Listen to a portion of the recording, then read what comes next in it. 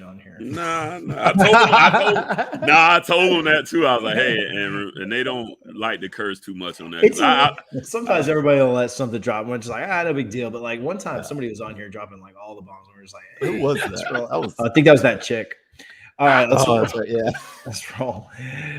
Welcome to Double Fries No Slaw. It is Thursday evening. It means it's preview time. Richie Barnes, CJ Pittenger, and we are joined by Larion. Larion is a host on the Roll Up, as well as 26 Degrees, our Miami Hurricanes podcast on the Roll Up Network. Larion, Richie, how you boys doing tonight? Doing good.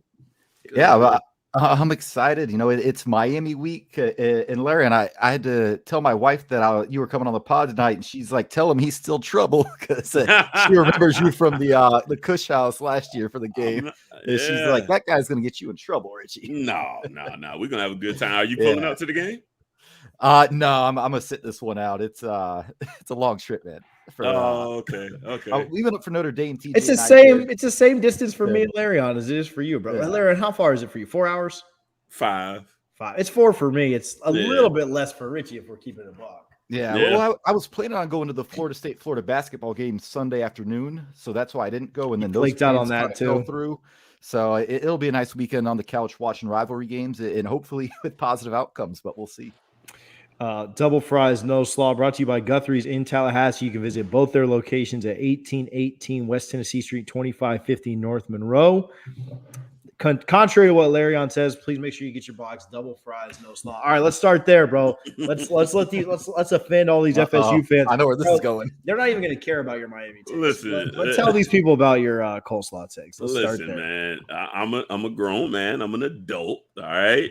French fries, you can get decent French fries anywhere on this planet, right? But a good coleslaw is hard to come by, man. So I'm not suggesting that you always go for the coleslaw, but if you find a gold mine with some great coleslaw, there's no way I'm going double fries. Absolutely not. Now, I've never eaten Guthrie's. I've been in Tallahassee several times. I'll probably do it this time because I'll be there. I'll be there tomorrow morning. I'm gonna be in Tallahassee, so I'll probably stop by Guthrie's for the first time. I'm definitely gonna get the slaw, and then I'll shoot the message over to let you guys know how I rate. If you should have gone from that's not a terrible take. You explained you went a little bit better with it on this one than what I heard on the roll. But here's what I'm gonna say about that. Guthrie's, we love you. Please keep paying the bills, but you're not getting good slaw there, bro. Like that's the problem. It's like I get the take. No, it's fine. It's not bad. But usually why you go there to Guthrie's is like 2 a.m. and slaw ain't gonna sop up what you needed to sop up at that time in the morning. So there's a strategy behind those double fries. And that does make a lot of sense. So I don't think there's any debate that like a really good homemade coleslaw, or if you go to like a legit barbecue joint, right? And they throw it on a sandwich or even on the side. I'll give you a pass if you're at like a legit barbecue joint. But yeah, homemade coleslaw is really good. But yeah, Guthrie's, any of the competitors that are all knockoffs of Guthrie's, or they all started at Guthrie's and opened up new places, none of that slaw is any good. I'll tell you what, one of their competitors, I won't name them, but one of their competitors has one of my favorite slaws. Really? They really do. They've got and it's so funny because they give it to you in like a little ramekin. And you only get it if you get the chicken tender meal. So you got to get the 6-piece meal or the 4-piece meal, whatever, and then they'll give it to you then. So, but I'm definitely trying that. I can't wait to try it. I'm gonna eat it tomorrow for sure when I get in town. We need a full review on your Guthrie's experience, bro. Well, mine's gonna be a little tainted because I'm believe it or not, I'm one of these weaklings on the planet that is allergic to gluten, so I won't be able to do the chicken tenders. Oh, you can't do the tenders. You can get the sauce. You can get the sauce though, right? And dip it in. It's like a mayo. Probably, sauce. Yeah, probably. I can probably dip the fries in the sauce. Yeah. I'll do some fries, some slaw, maybe some. I'm sure they got like a grilled chicken salad or tenders or something like that. I'll do that. Maybe. I know. Trust me, it hurts. If not, we'll hit another. It hurts. Bro. It hurts. I'll give you some suggestions. So, well, I'm coming up. We're excited for the game this weekend. Before we get into this, and this gets really, really heated, and we start cussing each other out. And I did a pod earlier today with Allie, talking a lot of you. We spent about an hour on UF because they got a lot to talk about, a lot to get done. But can we just say that it is enjoyable before we get to our, the rest of our hate week and our weekend, everything, just to watch the dumpster fire that's going on in Gainesville right now. Like we spent an hour talking about this, and bro, she's a little bit of a homer, but I mean, I love Allie, don't get me wrong, but she's blaming Savage and Grant and all these other players. And I was just like, does Mullen get any blame? Or like, oh, well, he's the CEO. Of course he gets blamed. And I was like, because you brought up Savage and fans and blaming Georgia for dropping bags and everything else, but you ain't blaming Mullen for nothing. That's what we're doing. Shame on you, Allie. Shame. That's not how we're gonna do this. They are absolutely falling apart. It's been that way. I had my doubts coming into this season. I really did. I thought that watching them roll out Emory when everyone that was, closely linked to Gators football was saying that Anthony Richardson was the better choice. And I say, bro, listen, I understand you play a little politics, but bottom line is I'm going with the better guy. And if I'm not going to do that, that let me know everything that this season would probably ultimately add up to be. So, and that's on Dan. So you can't blame Savage, Hevesy, the equipment manager. You can do all that all you want to. Bottom line is Dan Mullen has dropped the ball. And I think I love it. Yeah, they're doing so bad. Nobody's even looking at Florida State right now.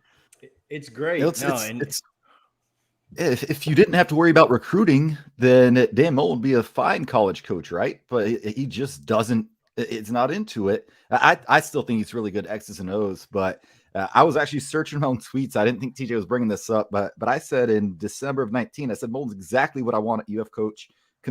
Competent to be top 10 or 15, not this year, but he'll never get the recruits that he needs to, make it big. I had Florida State fans mad at me. I had Florida fans mad at me. Like, what are you talking about? It's been pretty obvious, I think, with Mullen, even from the day he was hired, you knew recruiting wasn't his strong point, and he didn't get the recruiters on staff that he really needed. I thought he thought Tim Brewster was just going to come in and get anybody he wanted, and learned real quickly it ain't that easy. But yeah, I think we're definitely all enjoying that. But be honest, guys, none of us can be too happy right now.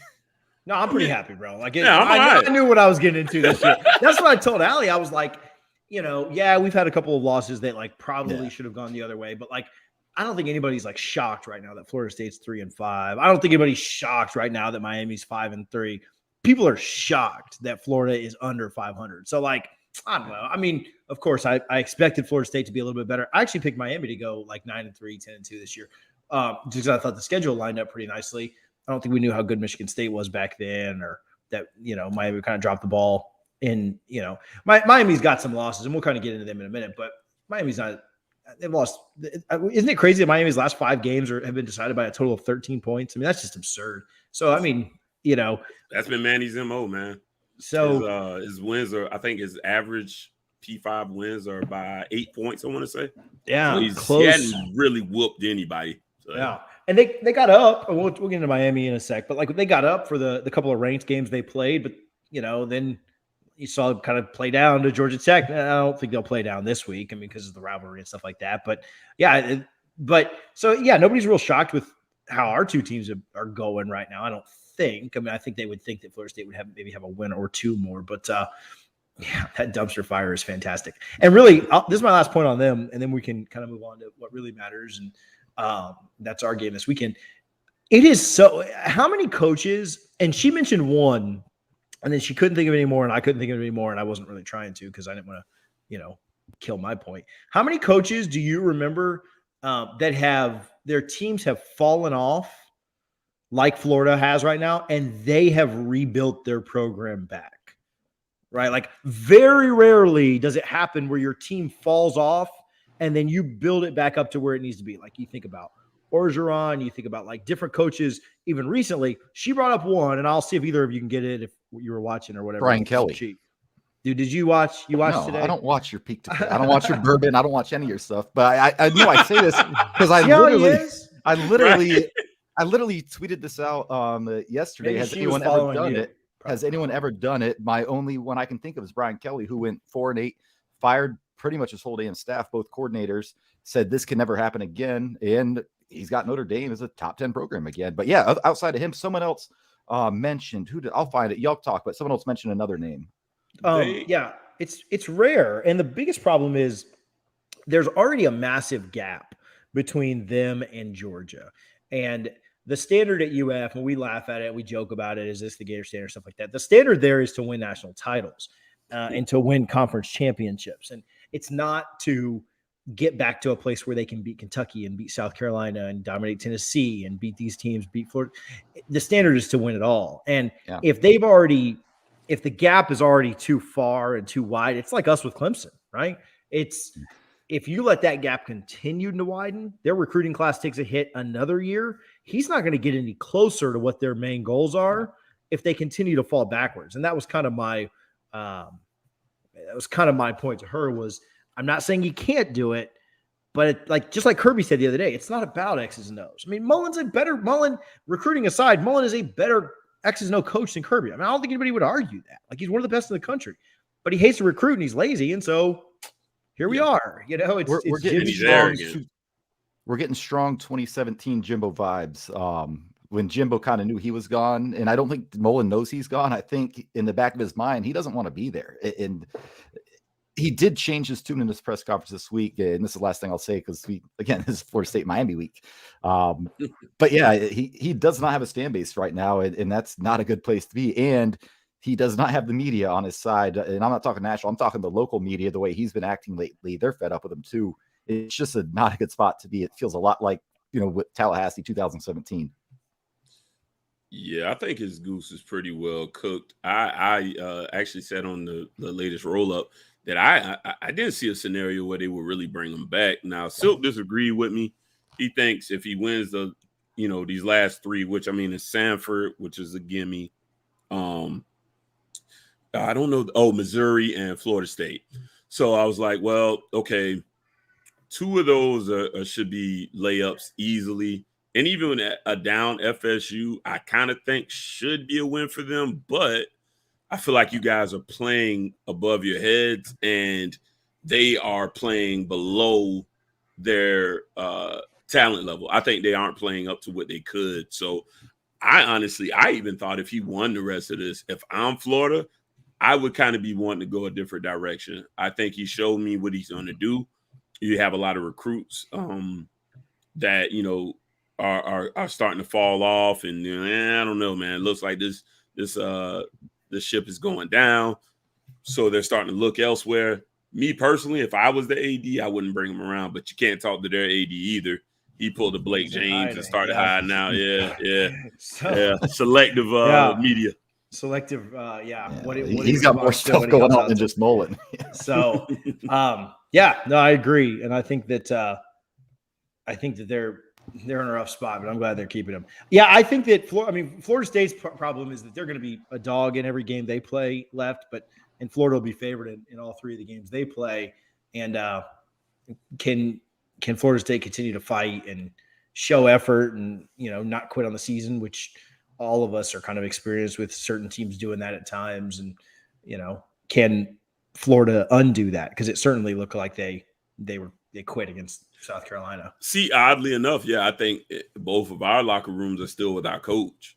Yeah, I think you guys aren't as talented as a Florida State roster is accustomed to being, and I think we are younger and underdeveloped right now. But the guys will play for. They're bought in. I think both rosters. I'm sure there are holdouts everywhere, right, guys?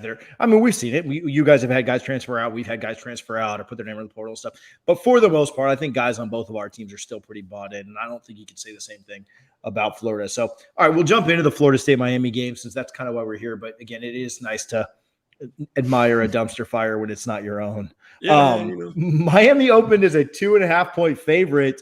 We were talking about some betting coming on to here tonight. Are you a little bit surprised that line hasn't moved at all, Larion? Like, I mean, you follow this stuff. I mean, and I'll answer for you. I am. Like, I don't want to give a preview away of what we're going to do at the end of the show, but I mean, I think Miami covers that. And I'm kind of surprised that it hasn't moved at all. Like, is Vegas trying to tell us, like, what's going on here? I'll tell you why I'm not. Because, like I said, just a few moments earlier, when Manny does win, it's not by large margins in general. He hasn't had, honestly, and I don't say this to, I mess with CJ, really is only like butt whooping was taking Florida State out in the shed, when I was hanging out with Richie. So that's, I mean, honestly, that's an anomaly. So if you're playing the odds from Vegas, I get it. They think we'll win, but it's just like the chances that we'll pull off just a dominant, double-digit win. History says we don't. You brought up the Georgia Tech game a little bit earlier. That game, honestly, should have been more of a 45-20, maybe 23 whooping. Yeah. We just coughed the ball up on scoring drives and gave it away, right? So let them hang around for sure. Right, way too long. So, but then what do you say? Hey, that's what it's been under Manny. So I'm not tremendously shocked that the line hasn't moved a lot. I do think if we're victorious, I think it will be by more than that. But I get why they would put that line there. Yeah, and it's really been interesting to watch Miami because they start out the year, I mean, getting beat by Bama, and everybody, all three of the big three schools have gotten beat by Bama the last few times. Well, I guess we won our second to last time we played them, but losing to Bama, I mean, and losing in an embarrassing fashion is not anything that's surprising when you're playing a Nick Saban coach team.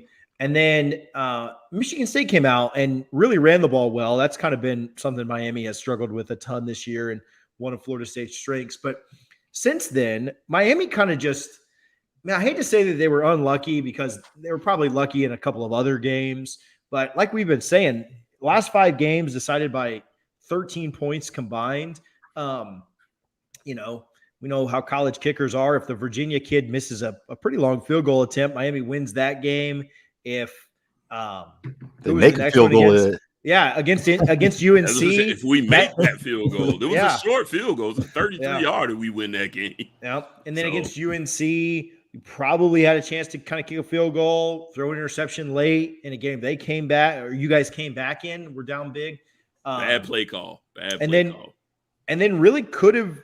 And then it kind of goes the other way too. Could have lost in the closing minutes to NC State. Could have lost in the closing minutes to Pittsburgh, but found a way to win those games. I never really felt like the Georgia Tech game was too in the balance, but still a 3-point game. Right. Yeah, never seemed like Miami was going to lose, right? Yeah. One of those games. Yeah. I said that on the show. I said, oddly enough, I remember literally pulling out my phone and playing Clash Royale during the game because I was like, we're not going to lose, but I don't like how we're going to win. Like, it's ugly, but I never feared we were going to lose. Yeah. And so this is a Miami team, like you said, that has really kind of turned a corner, though, with the emergence of Tyler Van Dyke. And he has been – I mean, Derek King came in, and I think he provided the spark that Miami needed at times last year, and certainly a leader, and he did a lot of things. But Van Dyke has absolutely changed what Florida is able to do. Thoughts on how Miami? What Miami's been able to do. I'm looking at the – Florida can't do it. Yeah, they don't have. Somebody put a comment in here about Florida. Neither of their quarterbacks are as good as mine. Best quarterback in the state. Easy. I tell everybody. I'd agree with that, but we got second. I'll take Jordan Travis. I'll take Jordan Travis second. Where did this second coming of Vinny Testaverde come from? And like out of nowhere, because I saw a graphic. He's on pace. If he can throw for, I think, 300 yards and 4 touchdowns, he's going to match Jameis for the 4 straight games by a freshman in the ACC to do that. I'll tell you, I had said earlier before the season had even started that I thought that the offense might run better under Tyler Van Dyke. And the only reason I said that was you look at Rhett Lashley in the last program he came from. He had Shane Buechele. Shane Buechele was a 4-star guy, went to Texas, kind of got beat out a little bit. And I think, I don't remember if he suffered an injury or whatever, but I think that's what happened. And he ended up getting beat out and he goes to SMU. Okay, Rhett goes to SMU. Dynamic offense, man. These guys are really just lighting it up. And so we bring in Rhett Lashley, and the Canes fans in general were excited. But the difference is with D'Eriq King, he's not quite the prototype or in the mold of a Shane Buechele. Yeah. So I questioned very early if we would be better with the Tyler Van Dyke under Rhett Lashley, and the early signs point to yes, because I think it's a little more geared to what Lashley had success with at SMU. And, you know, so what have you done for me lately, business? So if we're going to compare him, you got to look at his last job and where he was doing well. And D'Eriq King doesn't look like Shane Buechele. So I'm not incredibly shocked by this. I thought that TVD was kind of more in that mold, and I thought that he could get it done. So not incredibly shocked. I am pleasantly surprised. Don't get me wrong. I'd be lying like hell if I told you that I thought this guy was going to come out and look as good as he has so far. And I think he's played 4 full games now. And, you know, the old NFL cliche is, you know, give a quarterback 6 games and defense coordinators will start to figure him out if he's not as good as he looks. Luckily, Florida State's secondary is going to be a friendly matchup for them. But how's Miami's offensive line looking? Because Florida State, in my opinion, the biggest strength of this team by far is that defensive front four. They're really good. You wouldn't think you'd lose a guy like Janoris Robinson to the NFL and Marvin Wilson, who never really panned out, but still had a talent level. And they're much better now. Obviously, Jermaine Johnson, Keir Thomas, a couple SEC transfers play a role in that. How do you see that matchup going with Miami's offensive line and Florida State's front four? I will tell you that Jermaine is probably the second best D lineman we faced, you know, because obviously we played Alabama and, you know, 31's a monster. So that's, you know, he's a guy that's probably a top 5 pick. But Jermaine will be the second best guy we faced, in my opinion. I think he can be a little problematic for us. However, our strength is pass blocking. We are honestly a pretty darn good pass blocking team. Our run blocking, I would probably say, is a C at best, maybe a C minus. So our best hope is to try to neutralize some of what Jermaine and Keir can bring to the front. But when it comes to pass blocking, we honestly have been, every week we've looked a little bit better. And I will attribute some of that success to us moving to Ja'Kai Clark. He was initially slated at one point to redshirt. And this is a problem that I think we've been facing under Mandy a little bit, is a seniority thing. So when you look at Corey Gaynor has been kind of one of the vocal leaders, a rah-rah guy, a guy that just people kind of rally around. However, I never felt like he was the most talented. So Ja'Kai was actually about the red shirt this year because he knew he wasn't going to get the snaps, and his future was at center. Corey gets hurt. Ja'Kai comes in. And honestly, I think we've looked like a much better O-line since he was able to take over at center. And you know, I think he's called out some good protections, and it's just been a great anchor for us. So the matchup will definitely be interesting. I'd be lying to you if I didn't tell you I think Jermaine will probably at least get a sack. I think he'll bring him down at least once. But if we can keep him under 3, I think that'll help us quite a bit. Yeah, so you guys have the opposite problem of us. Our run blocking's pretty solid, but our pass pro has been god awful all year. But going back to the last game, weird box score all over. Like you mentioned, it was just a weird game in general. But I saw Jalen Knight, and Florida State fans very familiar with him, was committed to the Florida State for a while before flipping and staying home. He had 32 carries last week. And somehow Miami still had a receiver transfer, Charleston Rambo. He set the school record, right, for most receiving yards in a game. Where the running back got 32 carries. He was just shy. He needed he dropped one that would have put him over. He was just shy, like by one catch that would have broke the record. So what does that do for Lashley? How's he going to attack us? Because again, they're running a lot with Knighton. Is Knighton the only healthy back that Florida State needs to really worry about right now? Yeah, I would say so. That'll be problematic for us. Jalen isn't the biggest guy either. He's probably, I remember Duke Johnson would get, a little criticism for being a little light, but Duke was probably more of a real life 205 to 210 guy, not humongous. Yeah.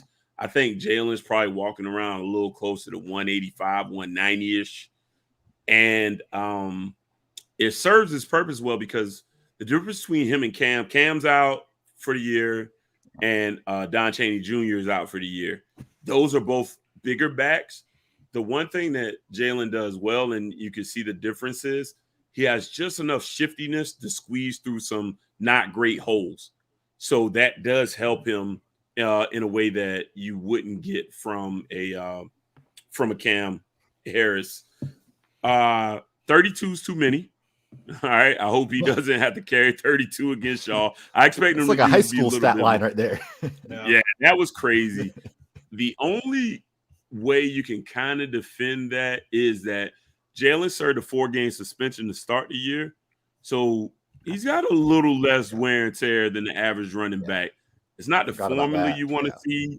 Yeah, week to week. I don't expect to see that week to week. But, for 1 week, if you got to do that, I'll live with it. But, yeah, absolutely. I'll tell you now, if he carries 32 against y'all, I think we lose. I don't think that's the formula. Oh, I like our chances if he gets 25. And as far as Rambo goes, man, I'll tell you what, Rambo reminds me an awful lot of Allen Hurns. He's a guy that doesn't necessarily blow you away with his physicals. You just look at him, it's like, he's not a huge guy. He's not blazing fast. I mean, he's got some top-end speed, but what he does do, get open, catch the ball. A lot of teams is weird. He hasn't really blown the top off a ton of times. I do think he did get a 60-yard catch last week, but teams kind of fear him going over the top so much, and the way Lashley calls the game, that they play a lot of break but don't bend.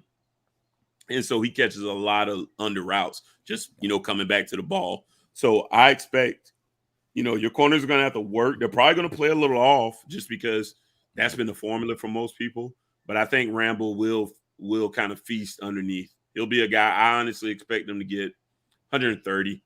I think it'll be a fair number this week. Switching to the other side of the ball, Florida State has been very run heavy at times. They are the definition of using the run to set up the pass. And even when they do that, it is very little that they throw the ball, and they're very intentional about it. Obviously you think about the UNC game where they set up a lot of nice play fakes to hit guys just wide open because they run,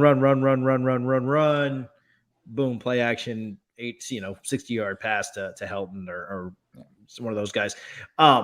Miami's not been great against the run. And Florida State is definitely a different team when it's Travis or Milton back there. Not that Travis is the most prolific passer, but he's shown to be able to get it done at times. And obviously his legs are a strength and one of the strengths on this team. What are your thoughts on the way that Miami's defense will try to contain Florida State's running game, try to play against Florida State's offense, which is it's not an option offense, but it's pretty freaking close.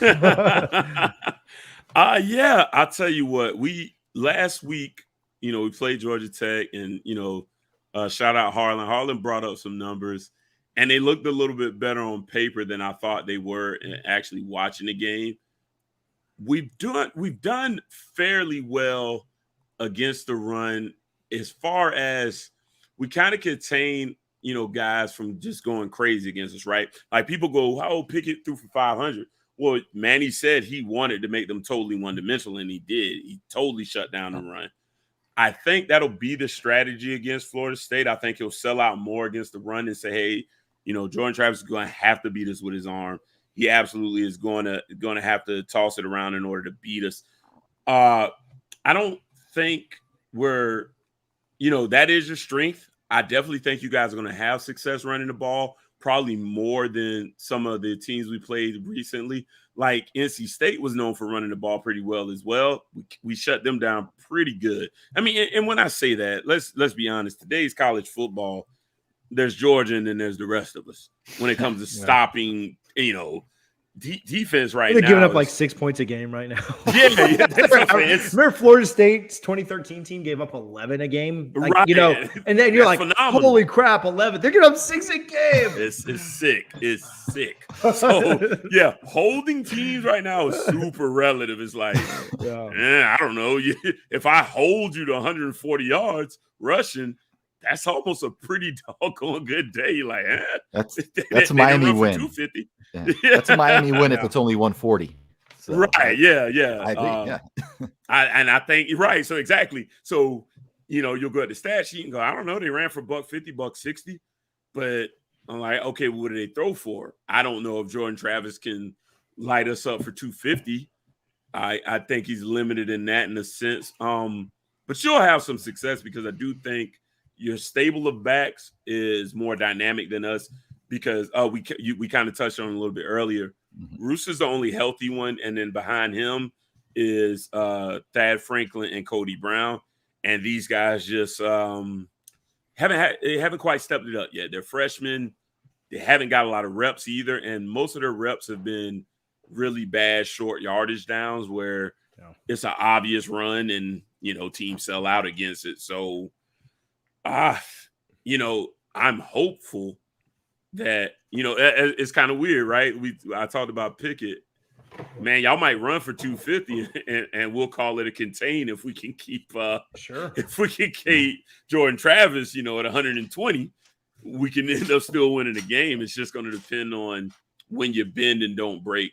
We've done fairly well in the fourth over the last couple of games as well. Defensively, we've had some pretty good stops. So I expect y'all to tear off a couple. I do. Yeah.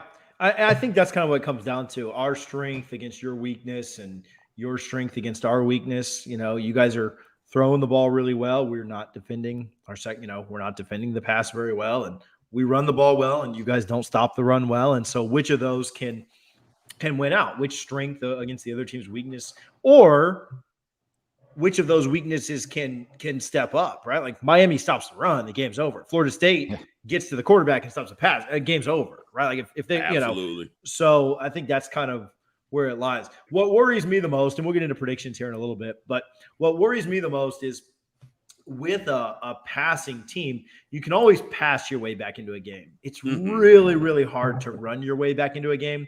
Right. And so, we go down 17. Well, I don't know we're going to be able to run enough read options to do it. And then you're going to say you got to go out and throw every play, and we'll see how well we can do that. We haven't done it super well all year. And so that's kind of what worries me is, man, we get down, that's trouble. Whereas Miami's gotten down before and been able to come back. You think about North Carolina, you think about some other games. I mean, they trailed against Georgia Tech. They trailed against, and they've come back and been able to kind of pass their way down the field. And that's what worries me a little bit with this matchup is, I've seen Florida State get down, and it's really tough to come back when your strength is basically not passing the ball. I think it's Larry, and I told you if Rooster gets 25 30 carries, I like that for Florida State because I really like our rush defense. To the same point, I'd put Jordan Travis passing attempts over under at like 19.5. If you hit the over, that's not good news for Florida State because we want to throw the ball 15 to 18 times is what I'm thinking. And just try and run and ground and pound, shorten the game because you're not going to win a shootout most likely. Right. So it'll be interesting. I do think we'll see some points. I think the over-under is pretty well set by Vegas. I think 60.5 right now. Okay. I can see that. So, Larry, talk to us about this. We'll go a little history, and then we'll do some picks, and then we'll get out of here. But what is your favorite FSU Miami moment, and then what is your least favorite? Like, what's your one that like it's top of the line, top of the list, and then like what's your heartbreaker? Man. Okay, favorite, and it's funny because I just talked about this last night, and I can't remember the year, so I'm about to have to Google it right this second. But it was the year that I was in Doak Campbell. Corey Harris, Travis Benjamin won a little wild that night. I want to say it was 2009. 2009. There you go. Yeah, 09. That was my senior year. Yep. Yeah, I Great was way to there. end that rivalry. I was there, man, and that was my second live action Miami FSU game. The first time is funny because I went. It was my birthday weekend. My birthday is September 6th, so it's around Labor Day normally. And me and my buddy, I was living in Pensacola at the time. He goes, "Yeah, man, let's just go." I said, "Yeah, all right, cool." He said, "We'll just go. We'll go down to the bar." He's a big FSU fan. Cool. We get down there, man, and the atmosphere is electric. We're like, "Bro, nah, we got to go in this game." So we scout some tickets and go in. And that was the Greg Olson game. He went off. We ended up losing 10-7, but it was fun. I think we were on a 6-game win streak at that point, and you guys ended up breaking the streak there. And but yeah, when I went to that game, 09, man, you're talking about just I was so geeked leaving that game. What a back and forth game. I was like, man, I think we can do this. And Travis Benjamin has always been one of my favorite guys out of Miami. Just kind of a small little dude, but just, lightning fast. And for me to be in that stadium, I was in the end zone, where he threw it in. And I don't remember who the wide receiver was. Jarman Fortson. I can't see. I remember that, yeah. So I'm behind him. I see the pass get in. I go, oh, damn. We done lost this game. And what a drop. Super so quiet, right? It got really quiet.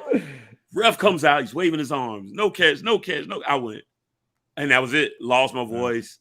I was so juiced up. A buddy of mine owed me a bet, right? And we got into it earlier in that game. He was poking me in my head. And he's a little guy, right? And I said, yo, you got to stop hitting me in my head, man. Like, I'm sorry. That's a man respect thing, right? Yeah. And he owed me. We bet the game. It was just a T-shirt bet. Hey, you put on a Miami T-shirt. It's your Facebook picture for a week.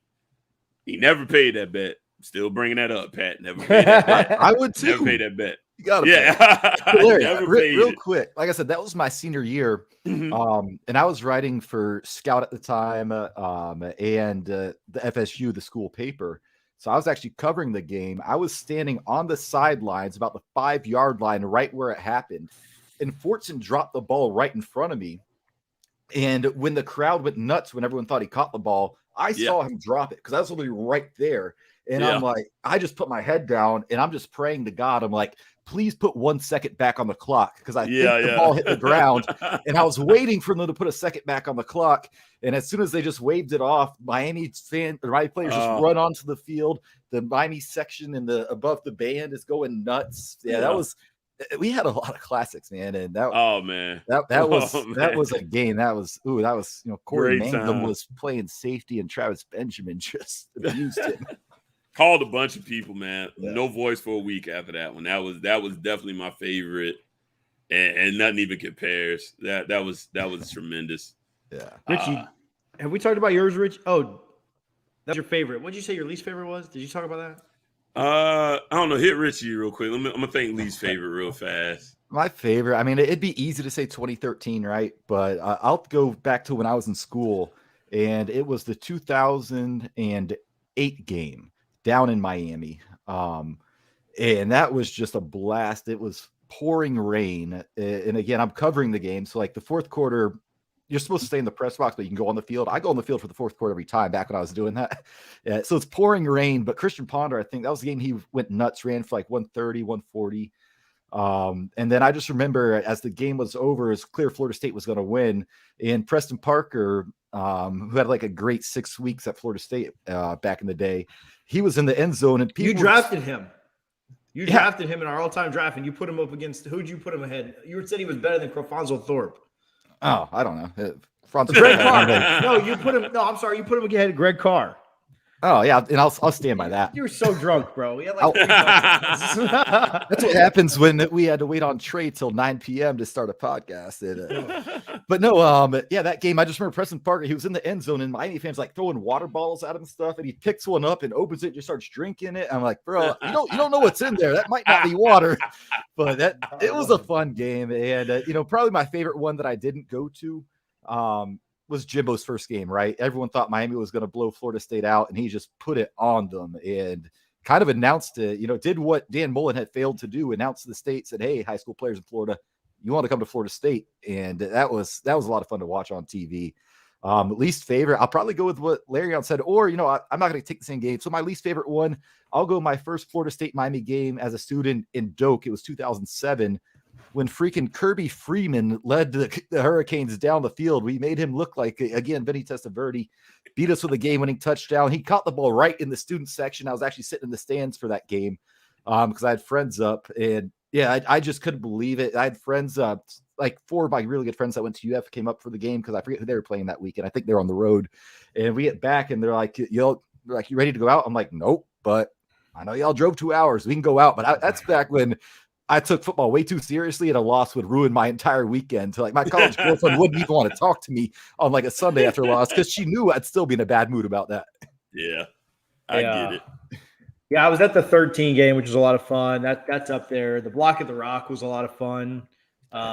Just because I kind of the whole week didn't expect to win that game. We were just coming off of the bad North Carolina loss. We lost to Louisville earlier that year. I did not think that was I didn't think that was going to go our way. And obviously, Lamar Jackson game. Oof. Yeah, that Block at the Rock was fun.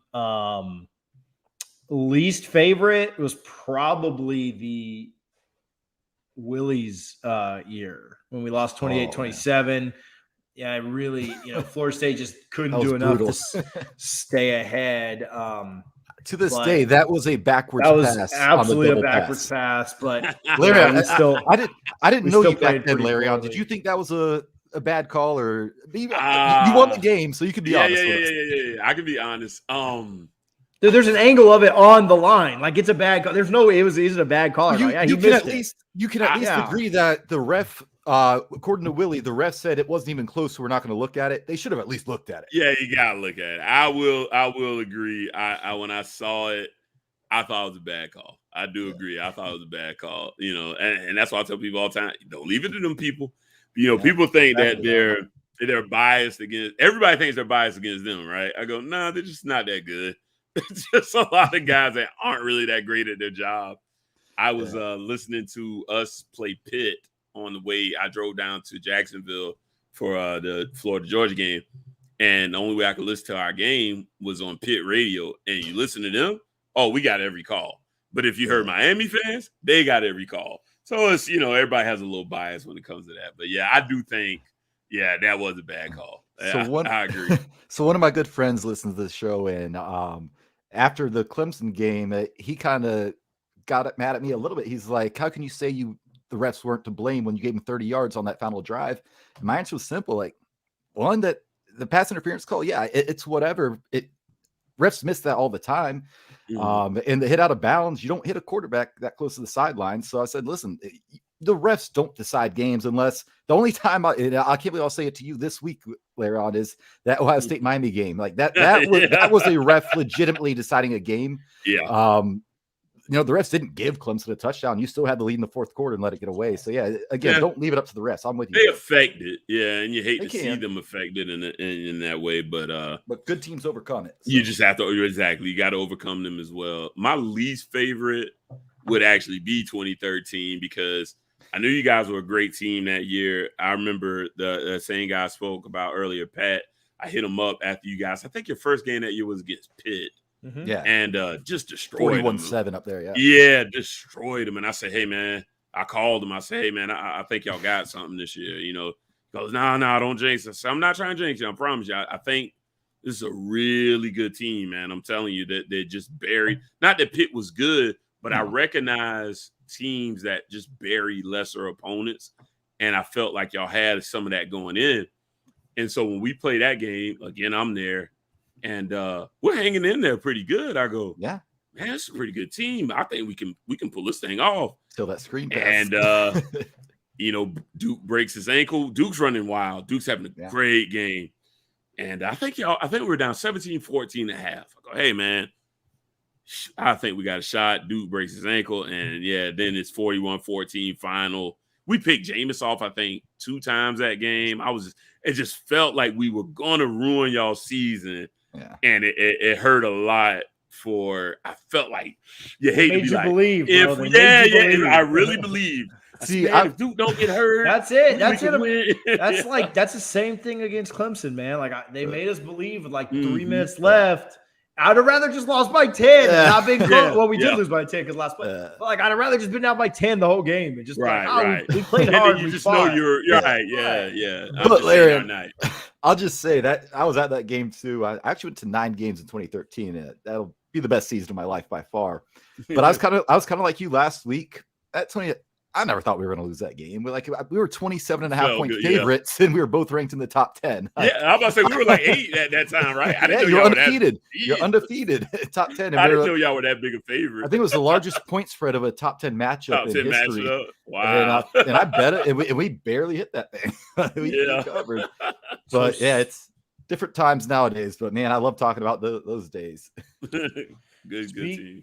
Speaking of picks, we'll do some now. You guys, if you're tuned in, if you're watching, if you're hanging out, go to the Prize Picks app and download that today. Use code NOSLAW, NOSLAW, no spaces. Larion, I know that offends you a little bit, but NOSLAW for 100% match up to $100. Go hit the Prize Pick app today. I put some stuff in on this NFL game tonight. I'm excited to watch the game. The matchup's terrible. Dolphins and like nobody cares, but I'm excited to watch the game just so that I can see how my Prize Picks app because of Prize Picks. Yeah, it makes boring games fun to watch. It does. It does. So go check out their app today. They don't have anything listed for the Florida State Miami game. We typically pull the Prize Picks from that game. While I'm kind of stalling right now, I'm going to look one more time just to make sure that they didn't add anything. So about 10 minutes ago, they added more players, but still no Florida State Miami players yet. Yeah, they're waiting until the last minute. We tried to do that, for a roll-up, and there was none. We didn't have anything. I was like, they don't have anything for us yet. So Richie just made these up. Last year, he used to just make them up. This year, he didn't make them up. So Richie. Was Prize Picks around last year, or did they just watch the show and steal my idea? Start stealing, Because I would literally make up random over-unders for players on both teams last year. So we're back to that this week since Prize Picks, our great sponsor, go sign up. They don't have them yet, but they will have Florida State Miami players by Saturday morning. So you will be able to get the official lines. But today is the Barnes Sportsbook official lines. I want to start with Tyler Van Dyke. I think 375.5 passing yards is a decent number here. TJ, what do you think? 375.5. That's 2 big plays. 375.5, bro. That's 4 big plays. I don't know what you're talking about. That's a lot of big plays. So. Yeah, I'm going to go under here just slightly. I think that they'll be able to pass the ball well. That's a lot of yards, man. And 400's a ton. I think we're going to run the ball to try and take the air out of it a little bit. He's gone over it the last 2 weeks, but I think this game's going to be slightly lower. I'll go a little under 375.5. What do you think, Larion? Man, it's so funny. When I saw that in the chat, I went, man, that's like right about where I had it. I had him, so I'm going to stick with it. I don't have him much over 375. I have him at 380 was my prediction. So I'm going to go over, but that is, man, once I saw 375.5, I went, now I kind of want to go just a hair under, but I'm going to stick with my original prediction. I'll go over, but not by a lot. This is tricky for me. I'm making. You set the line. I know, and I guess just said it was a good line. Yeah, it's pretty good. You should have cheated, bro. You should set all these lines based on what you wanted. No, I think I'll go slightly under as well, TJ and Larion. And here's my reasoning. I do think we're going to be somewhat pretty effective rushing the ball, and I think Norvell probably wants to try and limit possessions here. Because again, if it's a shootout, that's not good for Florida State. I don't think. I think I'll say he's like at 370. So I'm like you, Larion, but 10 yards off, right in the middle. A little bit. Okay. I think he's definitely over 350. With 3-4 touchdowns, but it's we'll see. That was a tough one for me. The next one, let's go to Jordan Travis, and obviously he didn't play last week at the flu. Did not perform well against Clemson, but again, that's a different barometer because as bad as they are, that defense is still elite. Defense, yeah. So I had Jordan Travis at 52.5 rushing yards this week. I'll go first. I think I'll go slightly under here because the offensive line, I think we're somewhat healthy with the starters back, but I think, one 12-yard sack could be the difference between that, considering the goofy way that the college takes sacks against your rushing yards. So I think he'll be right in that area, and I'll go slightly under. I think the running backs get a little more burn this week. Larion. I'm going to tend to agree with you there. And the great point you made, I think it'll have a lot to do with sacks. Travis is an elusive guy, a very athletic guy. I think we're going to get him down, sack him. I'll say 3. I don't think we're going to go nuts just because we don't have the elite pass rushers. Yeah. But won't be the 8 sacks you got on Hornibrook, right? Yeah, it won't be that. Yeah, it won't be that. I'm not predicting that. I say we'll probably pull off about 3, and I'm with you. I think once you add in the negative yardage from that, I can see it being somewhere in like the 40-yard range. So yeah, I'll go under there. I'll be the contrarian here. I think that you guys only get to him twice, and he's able to kind of wriggle out of a couple of sacks and pick up some yardage. So I'll go slightly over. I don't think he lights it up or gets close to 100, but I think he goes slightly over that number. Yeah. So this next one is just me trying to get some intel on Miami from Larion. So I got Knighton 23.5 carries. What's the over under there? 23.5. You said he's the only real back got. I'm going under. I think we'll look to play our strength. I think our strength is pass blocking. We'll look to go to Rambo. I think we'll look to go to Knighton in the passing game more this week. Watch out for the wheel route. I think we'll try to kind of go there. Watch the tight ends.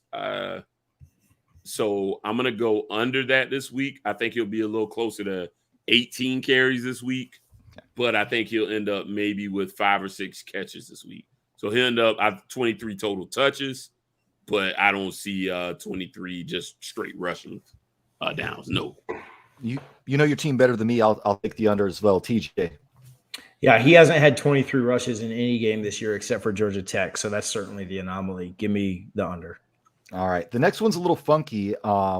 These are all a little funky. Yeah, they are.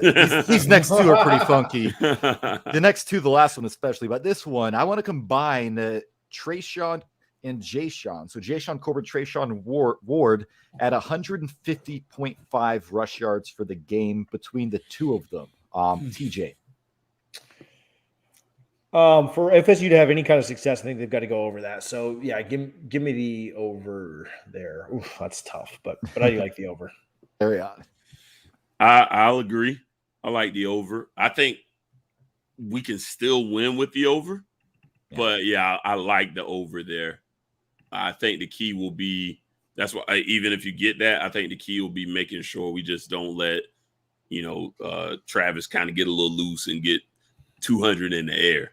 If he happens to pull that off, I think you guys win. So yeah, I'm comfortable with saying you got they'll combine for over 150.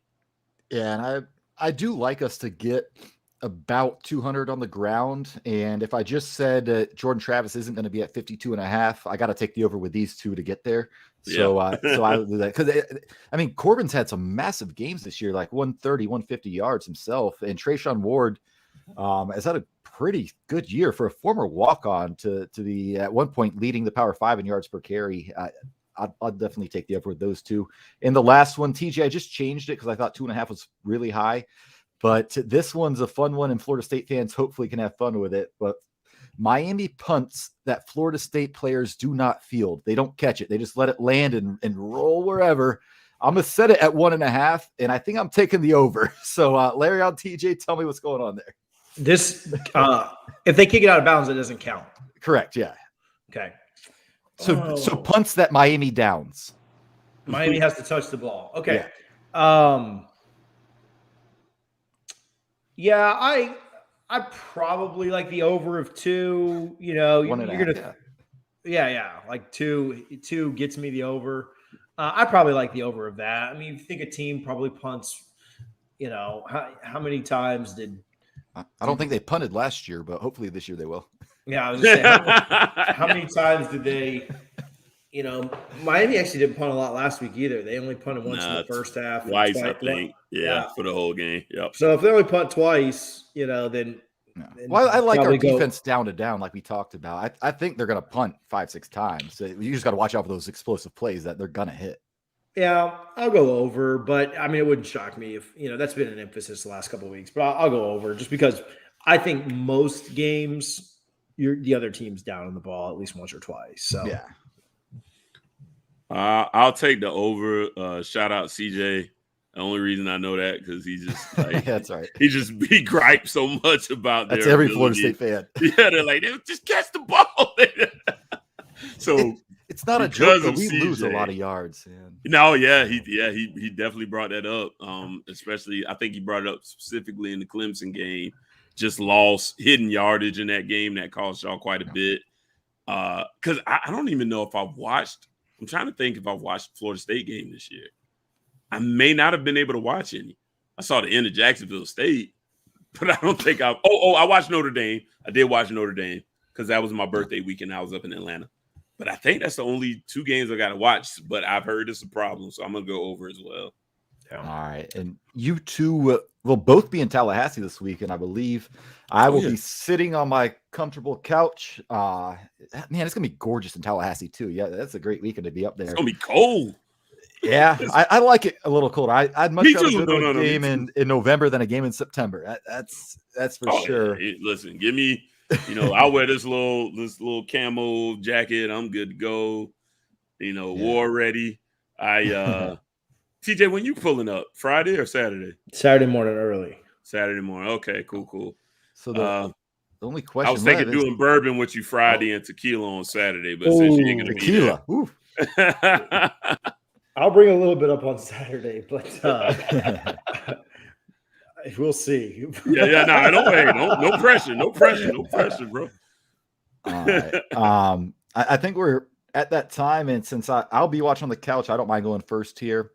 I think it'll be a tight game, and I think it's going to be a little higher scoring than some people think. I do think the over hits. I just like Florida State's defensive front. If they don't give up, I'll give Miami 2 explosive plays offensively. Last week alone, we had 3 touchdowns of 35 plus yards on defense by NC State. Not going to happen. Not going to work. Or not going to win that way.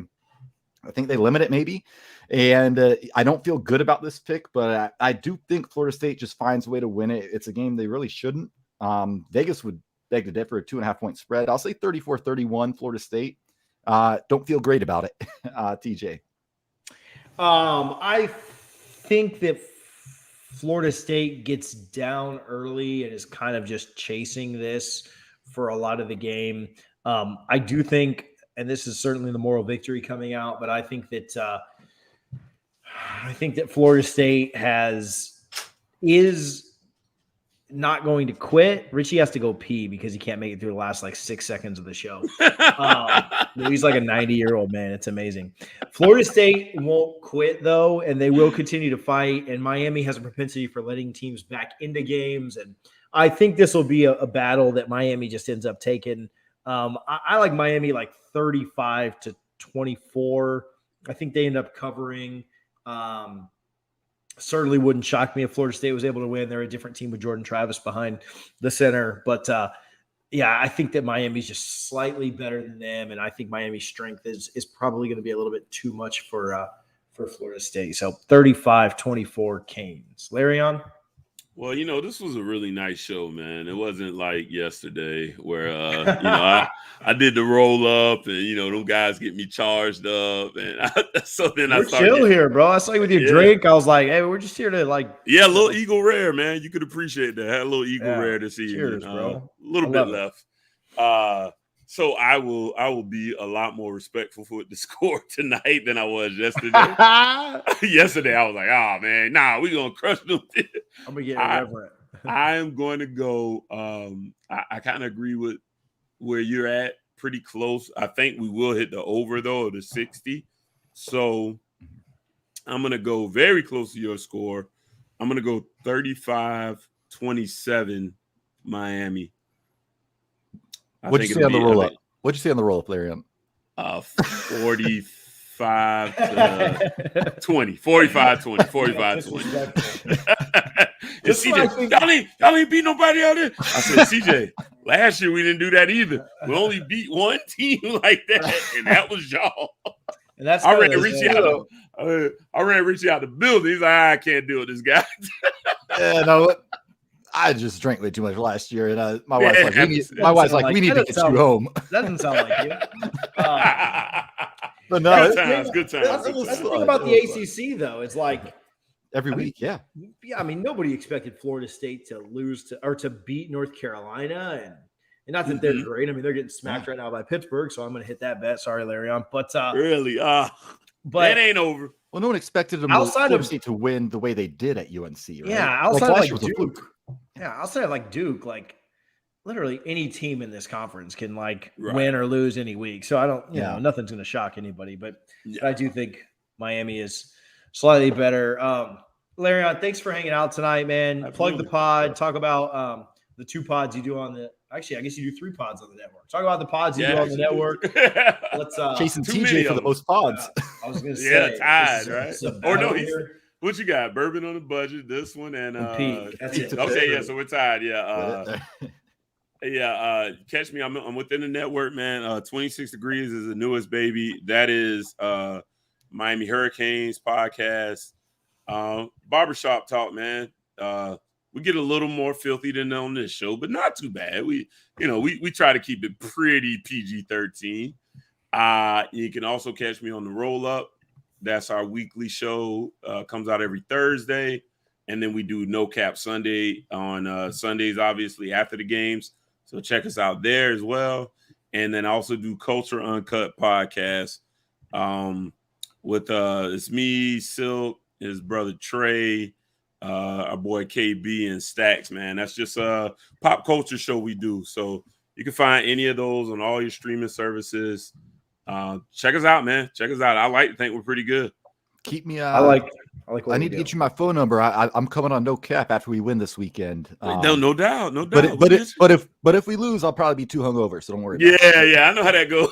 No, see that's not fair. You got to go win or loss, bro. Go in. It'll be fun. I'll be in the hotel room and finding out that my flight was way later than I thought. I was like, oh my God, I'm gonna be a mess Sunday morning.